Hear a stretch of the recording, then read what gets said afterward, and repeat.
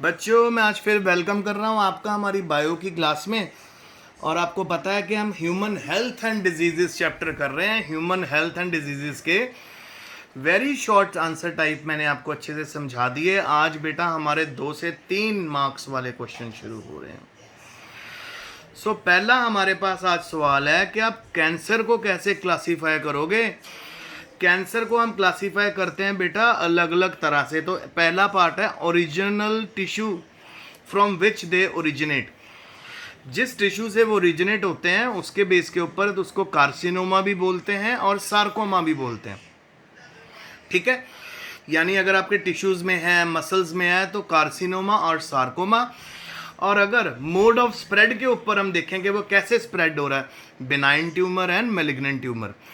तो बेटा malignant tumour हमेशा कैंसर कॉज करते हैं, बिनाइन ट्यूमर कैंसर नहीं कॉज करते। बट हमारी बॉडी में किसी भी तरह का बिनाइन ट्यूमर अगर हो तो उसको जल्द से जल्द रिमूव करवा लेना चाहिए, क्योंकि बहुत चांसेस होते हैं कि वो benign tumour after some time malignancy gain कर ले, मेलिग्नेंसी की प्रॉपर्टी एक्वायर कर ले।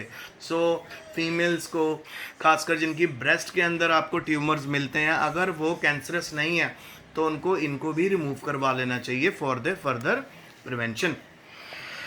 फिर अगला क्वेश्चन है आपको बेटा अलग अलग ग्रुप ऑफ वायरसेस बताने हैं जो कार्सिनोजेनिक फैक्टर हैं, जो कैंसर कॉज करते हैं।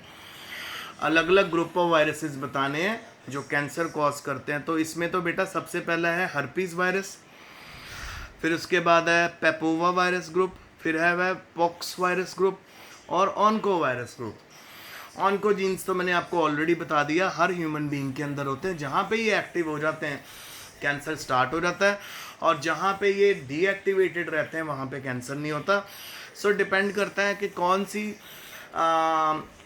एलर्जन हमें डिस्टर्ब कर रहा है। जैसे फॉर एग्जांपल कोई टोबैको चबा रहा है, शराब पी रहा है या स्मोकिंग कर रहा है, तो उसकी इनर लाइनिंग बार बार इरिटेट हो रही है, तो उस इरिटेशन में जब म्यूटेशन शुरू हो जाती है तो कैंसर शुरू हो जाता है।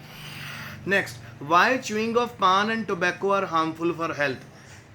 तंबाकू और पान चबाना हमारी हेल्थ के लिए इतना डेंजरस क्यों है। मैंने आपको पहले भी बताया था कि जब हम पान चबाते हैं, जब हम टोबैको चबाते हैं, तो कंटिन्यूअस इरिटेशन होती है जी बकल कैविटी की एपिथेलियम में, क्योंकि पान में होता है लाइम, और लीव्स और टोबैको भी एक तरह के इरिटेंट होते हैं।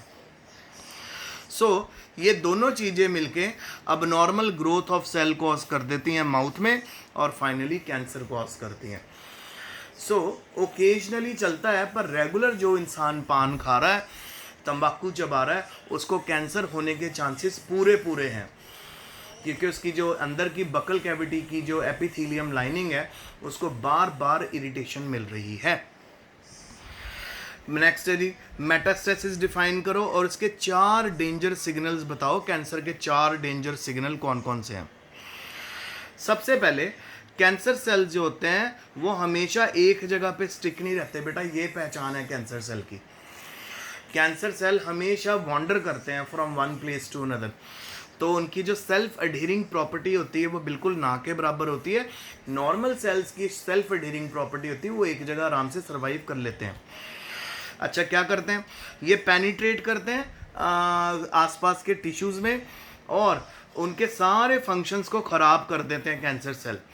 इसीलिए कैंसर में पर्सन को बहुत ज़्यादा पेशेंट को वीकनेस फील होती है, और कुछ कैंसर सेल डिटैच हो जाते हैं मेन साइड से और ट्रैवल करके अलग अलग जगहों पे पहुंच जाते हैं, ब्लड के थ्रू, लिम्फ के थ्रू, दूर दूर अलग अलग ओरिजिनल और वाइटल ऑर्गन्स में पहुंच जाते हैं। जैसे ओरिजिनल ट्यूमर अगर किसी का बेटा लिवर में है तो वो फ्रेश कॉलोनीज ऑफ ट्यूमर बनाना शुरू कर देगा। लिवर से लंग्स में ट्यूमर बनने शुरू हो जाएंगे, ब्रेन में ट्यूमर बनने लग जाएंगे, और बेटा उसके किडनीज में ट्यूमर बनने लग जाएंगे। जब ये स्टेज आ जाती है जिसमें हमारे ओरिजिनल ट्यूमर से फ्रेश कॉलोनीज ऑफ ट्यूमर बनने शुरू हो जाते हैं पूरी बॉडी में, तो उसको मेटास्टेसिस बोलते हैं और सेकेंडरी ग्रोथ बोलते हैं कैंसर की। मेटास्टेसिस क्या हुआ, ये वो प्रोसेस हुआ जिसके अंदर कैंसरस सेल्स ट्रांसफ़र होते हैं दूर दूर डिस्टेंट साइट्स में बॉडी में, from place of origin to everywhere. अच्छा, फिर उसके बाद बेटा आपको पूछा गया था, इसमें इसने पूछा डेंजर, 4 डेंजर सिग्नल बताइए कैंसर के। ठीक है, 4 डेंजर सिग्नल्स क्या क्या हैं। सो बेटा सिंपल सी बात है, 4 डेंजर सिग्नल मैं आपको बता देता हूँ। पहला तो जी आपकी बाउल मूवमेंट में चेंज आ जाता है। बाउल मूवमेंट के में चेंज आना यानी आपके स्टूल में चेंजेस होते हैं, कभी आपको सॉलिड स्टूल पास होता है, कभी आपको लिक्विड स्टूल पास होता है। सेकंड डेंजर सिग्नल है अननोइंगली आपका वेट लॉस होना शुरू हो जाता है। तीसरा डेंजर सिग्नल है बेटा, तीसरा डेंजर सिग्नल होता है आपकी बॉडी में कहीं ना कहीं अब नॉर्मल ग्रोथ हो जाती है। और चौथा डेंजरस सिग्नल है कि कोई भी वुंड है वो जो मर्जी आप उस पर अप्लाई कर लो, उसकी ब्लीडिंग नहीं रुक रही, वो ठीक नहीं हो रहा। तो ये यूजुअली डेंजर सिग्नल्स में गिने जाते हैं। फिर उसके बाद नेक्स्ट क्वेश्चन है आपको कार्सिनोमा और सार्कोमा दोनों तो कैंसर ही हैं, इनमें डिफरेंस बताओ। कार्सिनोमा तो जो भी एपिथेलियल टिश्यूज में होता है, एपिथेलियल ग्लैंड्स में होता है। ये अगर हम माउथ कैंसर की बात करें तो वो कार्सिनोमा हुआ। सार्कोमा होता है जी कनेक्टिव और मस्कुलर टिश्यू में, यानी अगर किसी की बाजू के अंदर कैंसर का ट्यूमर आ रहा है, किसी की आप कह सकते हो कि अपना ब्रेस्ट के अंदर कैंसर का ट्यूमर आ रहा है तो वो सार्कोमा में आएगा। सॉरी, ब्रेस्ट का नहीं, अगर किसी मस्कुलर एरिया में हो रहा है। अच्छा, कार्सिनोमा के एग्जांपल है breast cancer, lung cancer, stomach cancer.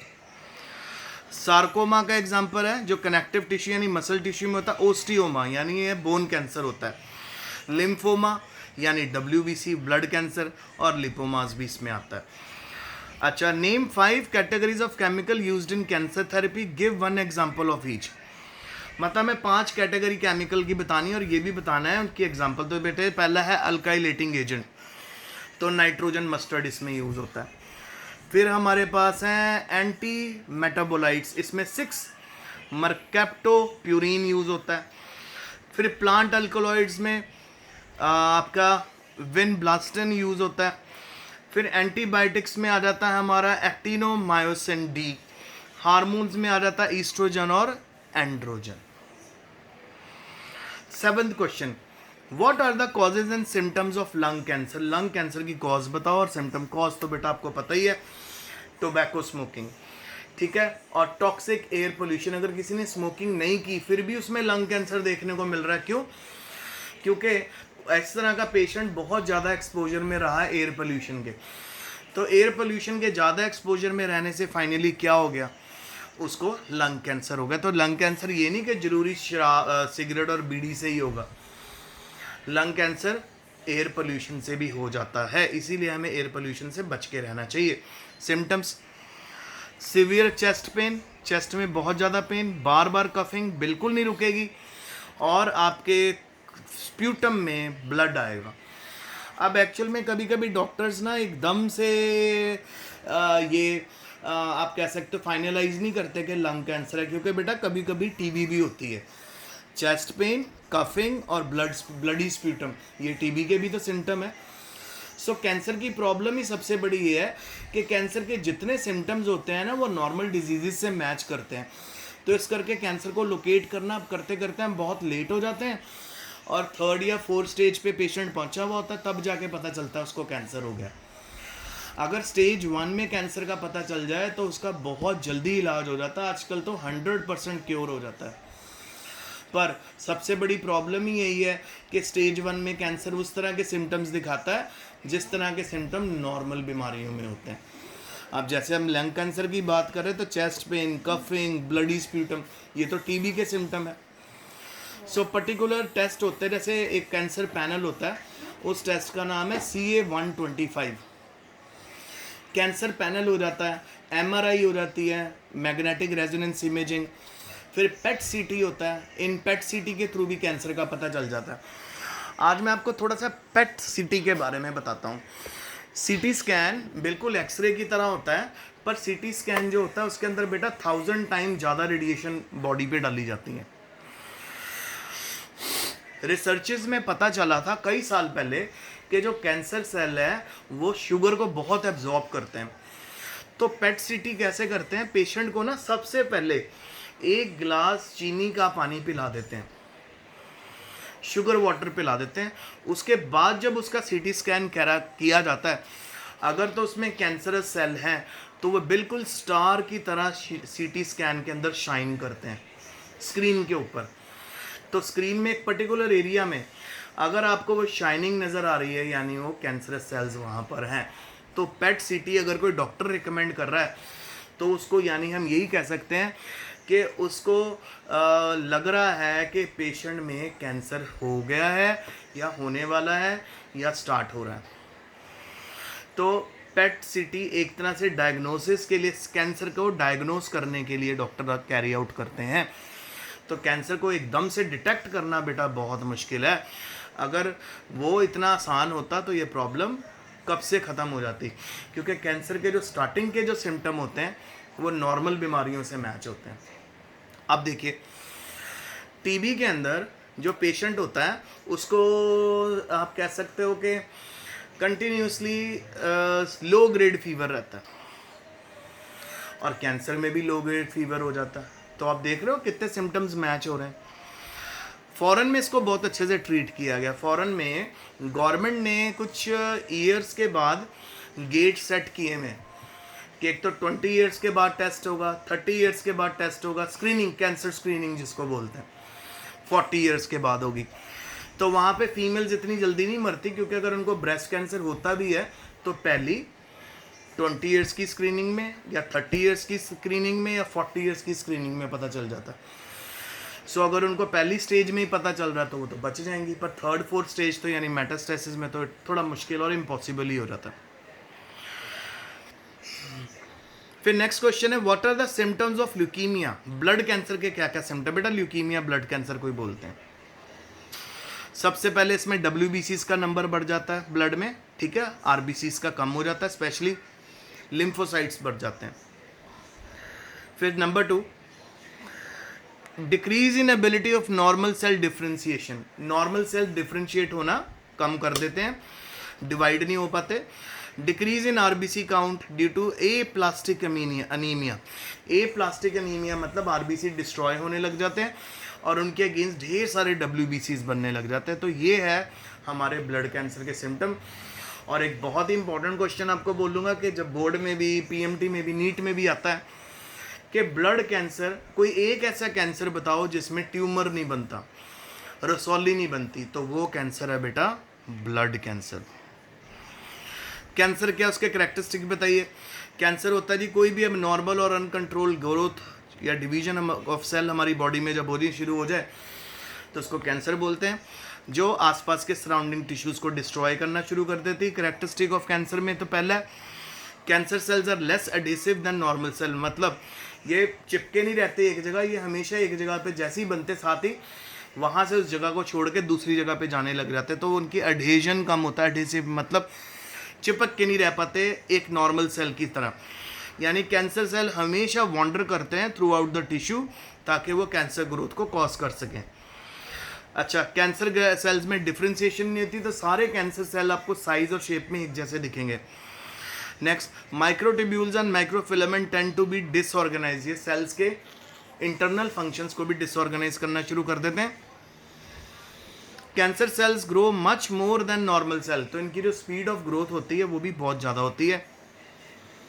फिर कैंसर सेल्स में लाइसोसोम्स का नंबर बढ़ जाता है, सुसाइडल बैग्स का नंबर बढ़ जाता है। फिर आज का लास्ट क्वेश्चन है बेटा, कार्सिनोजेंस क्या होते हैं, what are the different types of carcinogen and cancer caused by them. कोई भी फिजिकल एजेंट, केमिकल एजेंट और बायोलॉजिकल एजेंट जो कैंसर कॉज करता है उसको कार्सिनोजन बनते हैं। फिजिकल एजेंट में बेटा हैवी स्मोकिंग होगी, लंग कैंसर कर देगी। टोबैको खाएंगे, बीटल च्यू कवर करेंगे तो ओरल कैंसर हो जाएगा, ठीक है। बार बार किसी को अगर दांत को बार बार पीसने की अगर किसी को डिजीज़ है सोते हुए तो टंग कैंसर होगा। क्यों होगा टंग कैंसर? क्योंकि बार बार उसकी टंग को उसके दांत काट देंगे और बार बार उसकी टंग के ऊपर जख्म होगा। बेटा कभी कभी अगर एक ही जगह पे बार बार चोट लगी रहे तब भी कैंसर हो जाता है। फॉर एग्जांपल किसी की टांग के अंदर फॉर एग्जांपल बॉल लगी एक पर्टिकुलर जगह पे, उसकी टांग ठीक होगी, फिर 1.5 महीने बाद उसके बॉल उसी जगह पे फिर लगी। ऐसा क्यों हो रहा है? ऐसा डिजीज़ क्यों हो रहा है, उसके पीछे क्या रीज़न है? उसके पीछे रीज़न ये है कि जब भी हमारे कोई चोट लगती है हमारी बॉडी उसको रिकवर कर देती है, ठीक कर देती है। अब बार बार अगर उसी जगह पे ग्रोथ कर करके हमारी बॉडी उसको रिकवर कर रही है, बार बार वहाँ पे नए सेल बन रहे हैं, ऐसे चांसेस है ना कि वहाँ पे म्यूटेशन हो जाए। सो म्यूटेशन होने से क्या हो जाएगा बेटा, वहाँ पे म्यूटेशन जब होएगी अब नॉर्मल ग्रोथ शुरू हो जाएगी, कैंसर स्टार्ट हो जाएगा। फिर एक्सेसिव एक्सपोजर टू सनलाइट, अगर सूरज की रोशनी से भी हमारा बहुत ज़्यादा एक्सेसिव एक्सपोजर है तो भी स्किन कैंसर हो जाता है। और केमिकल एजेंट में बेटा निकोटिन होगी, जो हमारी स्मोकिंग में होती है, निकोटिन होगी, पेस्टिसाइड्स हो गए, और बार बार आर्टिफिशियल स्वीटनिंग एजेंट्स को यूज़ करें तो भी कैंसर हो जाता है। तो आपको आर्टिफिशियल शुगर भी कम खानी चाहिए शुगर पेशेंट्स को, समझ आ रहा है? फिर animal protein rich diet can cause cancer of large intestine. बड़े लोगों को शौक होता है जी अपना जिम में जाके एक्सरसाइज करना है और प्रोटीन के पाउडर खाते हैं वो ढेर सारे, तो बेटा वो भी तो एनिमल प्रोटीन है, वो भी हमारे इंटेस्टाइन, लार्ज इंटेस्टाइन में कैंसर कर सकती है। और लास्ट में सेक्स हार्मोन और स्टेरॉयड, सेक्स हार्मोन और स्टेरॉयड की अगर कोई थेरेपी ले रहा है तो भी कैंसर हो जाएगा। सो ये मेरा आज का लेक्चर था, आई होप आपको सारा अच्छे से समझ आएगा। जितने क्वेश्चन आंसर भेज रहा हूँ कॉपी में लिख लेना। Stay home, stay safe, best of